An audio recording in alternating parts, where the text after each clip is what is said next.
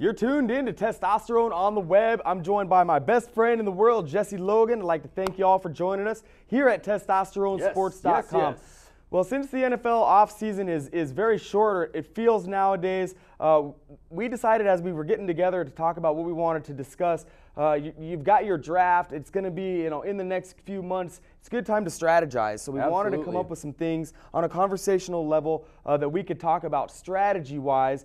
And every year, the top 5 running backs are a big talker for fantasy football players. Oh, for sure. And so this season, as we're going forward, we're seeing some new names in the top 5. Guys like D'Angelo Williams and Maurice Jones-Drew and Matt Forte. Guys who are younger players in the NFL. I mean, shoot, Forte is a sophomore. Right. So, it's going to be good for us to talk about this. So the idea that we had was to take a look at last year's top 5 producers, the 2007 producers, and see, kind of compare them to 2008 finishers at the running back position and see what we can learn through that. So, Jesse, I got a couple questions for you about some of these guys. All right. And I just want to, these are going to be some poignant questions for you about certain players in the NFL. Okay. 2007, the league leader finished with 1,474 yards and 15 touchdowns was LaDainian Tomlinson. Okay, he finished last year at number 10 with 1,100 yards and 11 touchdowns. You think that that decline continues for LT, or are we looking at potentially a bounce back? Like, he's talking a lot about the toe and whatnot. What's your take on that? Well, LT is one of those guys who fantasy owners have loved for a really long time, built many fantasy championships on the guy's back. Last year, he had injury problems. He dealt with the toe grizzle all season. He just wasn't as effective. He wasn't as explosive. Now, the reports coming out of their camp now, he's feeling much more healthy. Although, let's remember, the guy has a lot of career carries on him. He's at that age where NFL running backs start breaking down.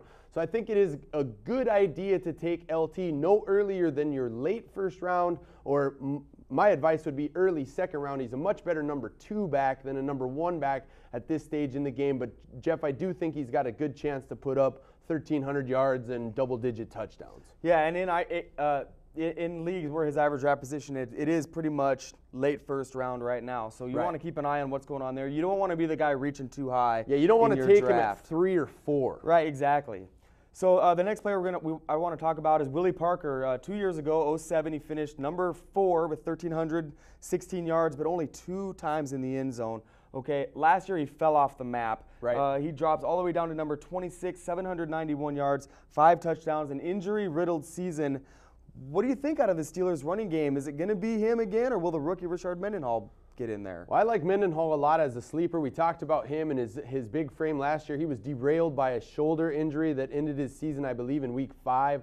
So that was unfortunate for him. But Pittsburgh loves to run the ball, so I think Mwelde Moore factors in here as well as Willie Parker. But look, all of these guys are guys you can get much later. None of those 3 players should be targeted as your number 1 or number 2 back, obviously. Willie Parker's kind of a one-trick pony.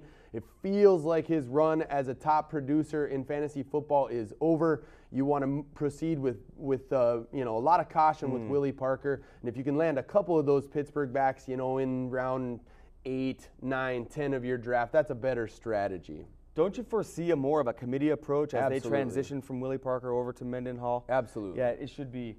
So rounding out our 2007 top 5 was Jamal Lewis. Scary. 1,304 yards and 9 touchdowns in 2007. That's like a number 2 type back or a number 1 type back numbers, really. So now he falls last year, still finished decent, had 1,000 yards. Right. The 16th best producer yardage-wise. Only got into the end zone 4 times. The wheels seem to be falling off in Cleveland. Absolutely. Are they falling off for Jamal too? I think so. And we told fantasy owners at the beginning of last season that Jamal Lewis had been rewarded with a new contract. We kind of sensed that momentum that he was carrying all throughout 2007 might come to a crashing end in 2008, and it's really going to come to an end this season. The guy has chronic ankle problems. He's got a bigger frame, so that's not a good combination there. As he continues to run, those ankles are just going to continue to sustain damage, and I really don't like Jamal Lewis at all this season. You don't want to take him any earlier than your number 4 back, in my opinion. One of the most consistent running backs in the NFL has been Washington's Clint Portis. Jesse, in 2007, he finished with 1,262 yards, 11 trips across the stripe. Last season, he was good for 1,480, 9 touchdowns. He's a player we've talked about at length. He's had a lot of carries on his body. Do you think this can continue? Is it going to be another season or 2 or 3 for him, or is he going to start the decline now, a little bit younger? Well, the thing about Portis is it seems like he plays great in stretches. He can piece together 8 or 9 fantastic games like he did at the beginning of last season. And if you watched our show, I told fantasy owners long about week 9 to trade Clinton Portis, and there were other people on this same set who said I was crazy for suggesting that. I think Portis starts out a little bit slower this season, and maybe by week 4 or 5 he goes on a nice stretch, but I really think Washington in the long run is going to be looking for a coaching change. I kind of project a down season for Washington. Portis is a nice number 2 back. Don't take him in the first round, though. And try to stay away from him on a dynasty level, I think, just because although he doesn't have the age, he's only 28. He's got the carries. Lot of carries. And so, you know, he's going to have a hard time. And they're also a one-dimensional team. It's really interesting to me, too, Jeff, as we wrap this segment up, to look at the first round as it projected out in 2008 and now the first round here. There's a lot of players that were taken in round 4 and 5 last year that are first-round talent right now. You're thinking about Matt Forte, D'Angelo Williams, Chris Johnson. There you go. And I think that same thing could happen again. So look for value guys in round 3 for the Ronnie Browns of the world that you could snag in the 4th round who could be a top 5 or top 7 player. Yeah, it's always interesting. You want to be able to navigate those drafting waters well. We're going to be here with you trying to be the beacon in the darkness, if you will. Absolutely. So come and check us out early and often. This is Testosterone signing out, because if you want to win, you must tune in to Testosterone Fantasy Sports. Thanks for dropping by.